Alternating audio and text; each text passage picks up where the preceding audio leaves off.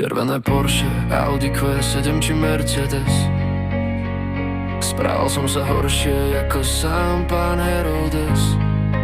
Nikoho som nevidel, len biznis veľký.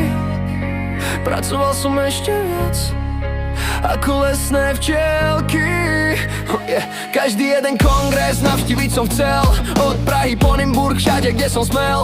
Túžil som byť v spoločnosti, kde sú lepší hráči. Nakoniec som zistil, že sú takí istí sráči. Moje srdce túžilo po veľkej sláve. Zabludil som do Prahy, no práve otvorili sme optiku na Skalke vo Veľkom Tecku. Prišla korona, strašné obdobie, neostalo mi nič, ani na tresku. Ako by nám nestačilo a správali sa zmetene. Otvárame ďalšiu optiku na Slavy vedenie. Pane Múri, nieco žíkate na prosek bile. Prežívali sme veľmi ťažké chvíle. Nechcel som sa zdať krásnych českých optík. Správal som sa ako taký neurotik. Nevedel som pochopiť, prečo je to tak.